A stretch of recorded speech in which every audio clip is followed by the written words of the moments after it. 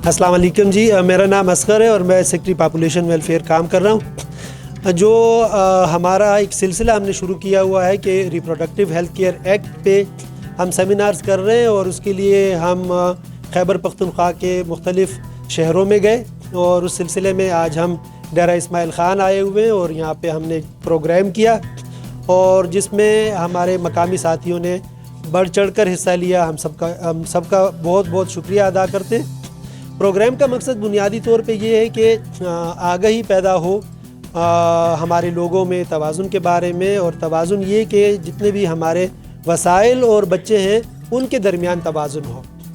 हुकूमत जो है वो किसी तौर भी किसी को इस पे पाबंद नहीं कर सकती कि किसी के 2 बच्चे हों ही ना या कितने बच्चे हों, लेकिन जो फ़ैसला माँ बाप करे, हुकूमत की फिर ये ज़िम्मेदारी बन जाती है कि उनको फैसिलिटेट करें, उनको सहूलतें दें, उनको मशवरा दें कि वो अपने उस जो उन्होंने फ़ैसला किया है उस पर कैसे अमल दरामद करेंगे। फिर एक जनरल सी बात जो मैं अक्सर जगह कर रहा होता हूँ और जो इसी एक्ट में लिखा हुआ है वो ये है कि किसी खातून को इस बात पर तंग ना किया जाए कि उसकी बेटियाँ ही क्यों पैदा हो रही हैं। ये तो अल्लाह की देन है और अल्लाह ने जो ये सिस्टम रखा हुआ है वो मर्द और औरत में है, और ये सारे के सारा जो है ज़िम्मेदारी इसमें जो बनती है वो मर्द की बनती है, क्योंकि अल्लाह ने ये सलाहियत मर्द में रखी है कि उसका बेटा होगा। बेटी जो है वो उसमें दोनों का हिस्सा होता है, लेकिन बेटे में वो खातून का कोई हिस्सा नहीं होता। फिर जो बीवी है और शोहर है उनके दरमियान जो ताल्लुकात हैं वो बेहतर हों, इस पे हम बात करते हैं। फिर सास बहू का जो एक वो होता है ताल्लुक़ होता है उस पे हम बात करते हैं कि हर तरीके से उसका ख्याल रखा जाए और उसमें बेहतरी लाई जाए।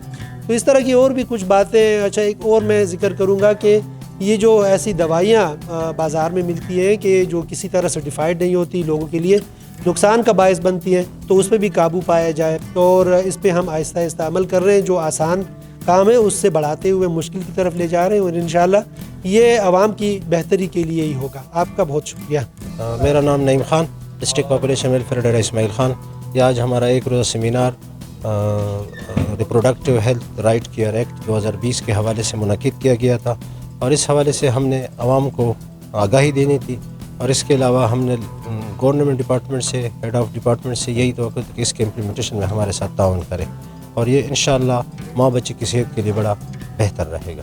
आज के प्रोग्राम में हेल्थ डिपार्टमेंट के HODs थे, डिस्ट्रिक्ट एडमिनिस्ट्रेशंस थी, सोशल वेलफेयर था, नॉन गवर्नमेंटल ऑर्गेनाइजेशन थी, सोशल मीडिया था, इंफॉर्मेशन डिपार्टमेंट था और प्राइवेट हॉस्पिटल्स के मालिकान थे, रजिस्टर्ड मेडिकल प्रैक्टिशनर्स थे, सोशल एक्टिविस्ट थे।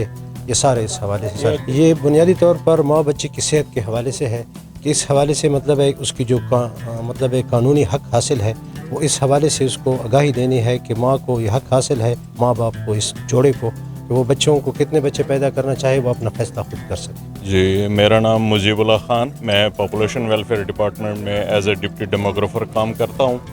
आज का हमारा प्रोग्राम जो था ये था रिप्रोडक्टिव राइट हेल्थ के एक्ट के बारे में, जो कि 2020 में ये बना था एक्ट। इस हवाले से हमारा जो आज का सेमिनार था ये आगाही सेमिनार, जितने भी हमारे लाइन डिपार्टमेंट के HODs हैं ताकि इनको इसकी बेसिक आगाही दे दी जाए।